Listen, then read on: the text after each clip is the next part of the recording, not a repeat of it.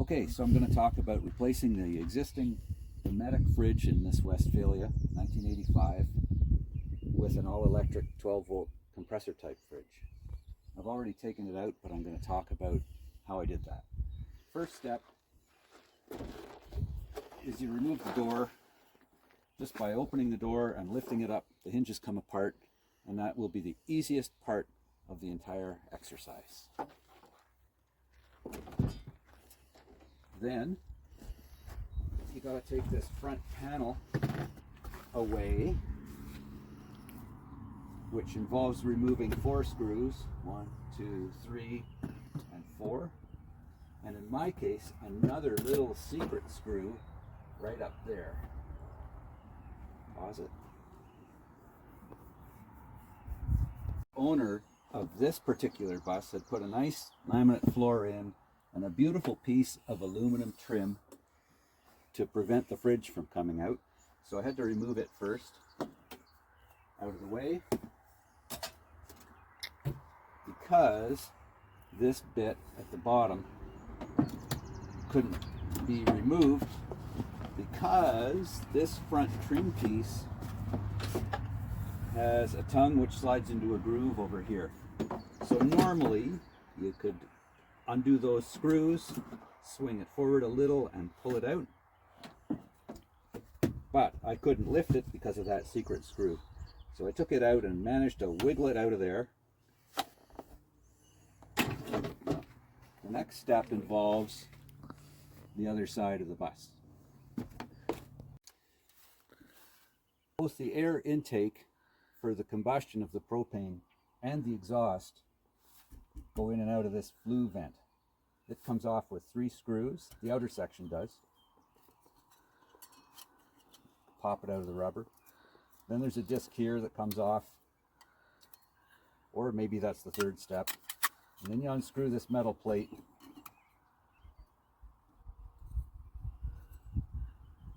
And these 2 screws, the 2 screws that go here, it was this way, connect to the piece that's connected to the fridge. It comes off, and finally the rubber just peels away. That's going to let you wiggle the exhaust pieces here, which you'll need to do, as you'll see in the next step. Here's the piece that shows up once you've taken these off the side of the bus. You're looking at this, and you've got to make sure that it clears the body metal as you pull the fridge out. Both the electrical and propane lines must be disconnected. To get out the propane, to undo it, you got to reach in through this side over like this into this compartment. You can't see it because the fridge is in the way, and you can use a 13/16 or 21 millimeter wrench to undo that. It's a flare fitting inside there, so do turn off your propane at the outside tank first. Then there's an electrical connector which is hanging off the fridge, and you unplug it here. 1 connector with 3 wires and a little single wire job. Here are the 3 wire and single wire connectors I just mentioned. And then you'll also have to disconnect or unplug the 120 volt outlet, which is plugged into a regular house-like outlet inside the cabinet. It's easy to see once you got the doors off the cabinetry.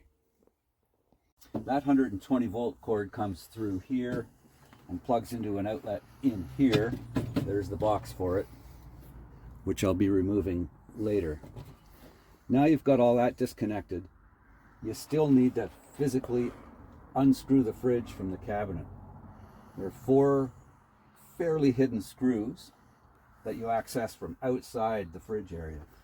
One's over here, another one directly below it here, one you get into from this cabinet, and another one from down in here. And they're all sitting in little recessed holes. They're Phillips head screws. Once that's done, you're ready to remove the fridge.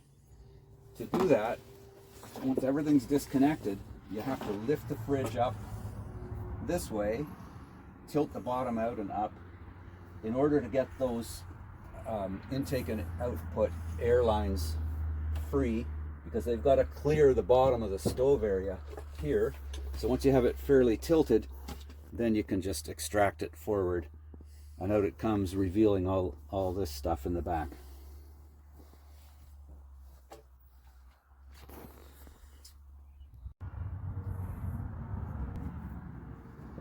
In order to fit the new fridge, I'm going to have to remove this outlet, which I won't use anyway, because it's a 12 volt only fridge that I'm installing, but I need the depth, because the new one's about 17 inches front to back.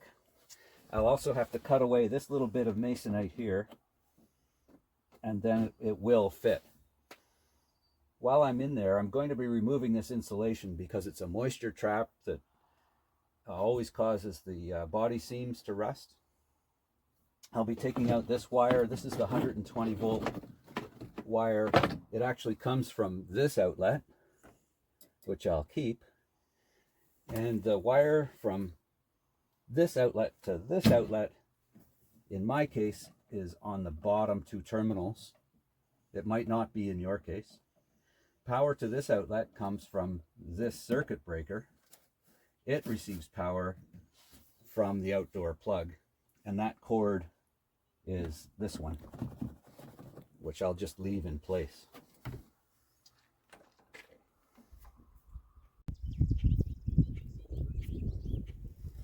A couple of notes about the fridge itself. This little fan helps to cool the fins back here, even if you're on propane. So it's not a totally electric. It's not a totally gas fridge in that situation. If it gets above about 85 Fahrenheit, I believe, this fan comes on. Even if the fridge isn't running, if it's just a hot day, this fan comes on. And that, unless you have a house battery that runs from your starter battery, it doesn't draw much, so it's not too important. But it's also not very good. Nowadays, a lot of people are replacing these with a maybe 3 or 4 inch square computer fan. They blow a lot more air, and they're very efficient. This one, you can hear the bearings. It's on its way out. It was noisy when it was running, and that helps keep the fins cool over here.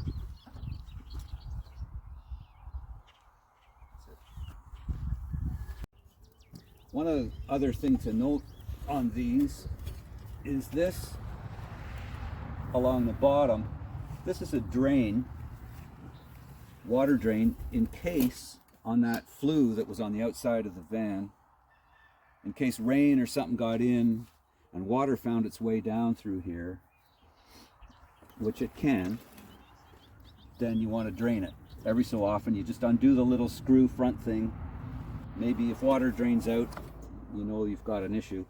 You're supposed to, in the original book it says you're supposed to cover the flue vent on the outside of the van if you're washing it. So water can get in there. But the problem I see is this is on the very bottom, and if you take your fridge out and just set it down, that's taking all the weight of the fridge. Not a heavy fridge, but you just need to be careful. The opening in the cabinetry is much taller than this fridge. It's about 26 inches tall. This fridge is, I should not measure from there, should I? Because there are rubber feet on the bottom. Well, it turns out if you put it on the ground and measure, the overall height is right on 21 inches on this particular fridge. So, you come around here, that means I've got pretty much 5 inches left over. I've already done some of this, so I'm just showing what I have done. So there's my 21 inches with a little bit of breathing space. And I've got a shelf here, which is about 5/8. Anyhow, that meant I could make a drawer right on 4 inches high. So I've already done that and put the shelf above it. The drawer width, of course, is determined by the width of the opening and less the width of these two pieces that support the shelf, minus the width of the sliders, which are always 1/2 inch each, and I end up with an outside width of 14 1/4 for the drawer. By making it the same depth as this shelf, 15 3/4, when it's closed and it's a tight fit, that means mice don't get to climb in there. Okay. Here we have these kind of shims or spacers are there because the fridge is not near as wide as the opening. This one you can see is wider than that one because in the end I'm going to fill in the front, including this little lip, with a nice looking piece. So that piece plus the width of that little bit is the same as this piece. That's how I did that. Now you'll notice a little gap in here.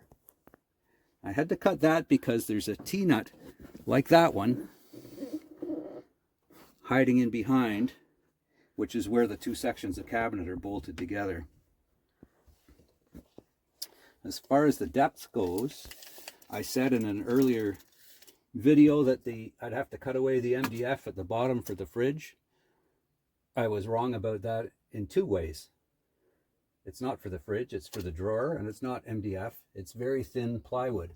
So it turned out that I had to cut away the plywood up above, back in here, to receive the back end of the fridge, and it just fits depth-wise very nicely. I'm going to install it just for a test fit, see how it goes.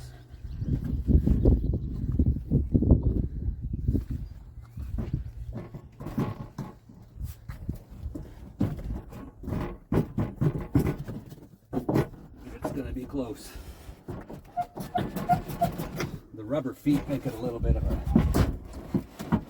challenge because it squeaks on its way in. There we go. This fridge has 4 places here, here, here, and here. That's where you'll put screws outward to secure it. So they'll go into these strips of, well, it happens to be butternut on here and pine on there because that's some stuff that I had around. And I think that's right about the right placement. It needs to go in a little more because I figured out earlier, looking down from above, if you can see half the width of these upper screws sticking out, it makes everything just right for this particular fridge, which is called a Bodega R50. Well, my video assistant's having a nap, so I'm just doing this one. Here's the finished product. The carpentry's done. That was by far the biggest part of the job. For those interested in the wood side of things, this is oak around the perimeter and the drawer front. And I couldn't find an oak knob, so it's birch. Slow close drawer slides. And the finish is a mixture of beeswax and linseed oil, which is really nice to apply, feels good on your fingers. And we used it in the house. It's a very good finish for lots of things. The beeswax stays pretty waterproof. The linseed oil gradually seeps into the wood and it'll darken a little as time goes by. Now, as far as wiring goes, it happens that my house battery is in the back. I installed it back here, as you can see, because it's big. It's a 150 amp hour one, and I don't know how well you can see this stuff. There's the bus bars. That's a solar panel charge controller. Here's the fuse panel, and you can see fridge written at the bottom. I've used 8-gauge wire coming from there all the way up, and it travels along. I tucked it up under there. You can just see it a bit. And in there. And then it goes along behind the fridge inside and ends up. Can you see it? Yeah, sort of. So I made it detachable in that upper right corner so you could get at it to remove the fridge. And you might wonder, why 8-gauge wire? Because I have this theory. The fridge itself will shut down when the voltage drops below a certain threshold to protect the battery. You can set that, I believe. But the fridge, when it starts up, has a little surge, or draws a little excess current right at the beginning. And if the wire's thinner, you'll get a little voltage drop and the fridge will think the battery is down. This way, with a nice thick wire, you won't get such a voltage drop and you get to use your battery longer. Now, you can debate that with me if you like, but that's what I did. And that's the finished product. And if you have any questions, let me know. Oh, I want to add a little plug for the fridge. Now, I just got it. I haven't lived with it yet or driven anywhere. The two numbers are the temperature of the freezer section and the fridge section. That's settable. They're always 20 degrees apart though. And there is a way to change it from Fahrenheit to Celsius. I forget how you do it. It's in the manual. This is in Celsius. Anyway, I started it up before I installed it, and I measured. It was drawing 3 amps at the beginning. And then it settled down to about 2.4. The battery I was using it with was at about 12.4 volts. So you could say this fridge operates at less than 40 watts. I think the insulation's pretty good in it. It has the unique feature that the door can open each way, like that, or like that. I don't think it's very important, but I had to be sure to have it protrude enough that the door could open and not hit the wood beside it, because it does stick out a little when you open it. See that? Anyway, it just clears. So we'll see how it does. It's a cheap Chinese one, so who knows. One more detail I forgot to mention. Without doing anything else, you'll end up with a hole here because the former chimney and air intake is gone, this being an all-electric fridge.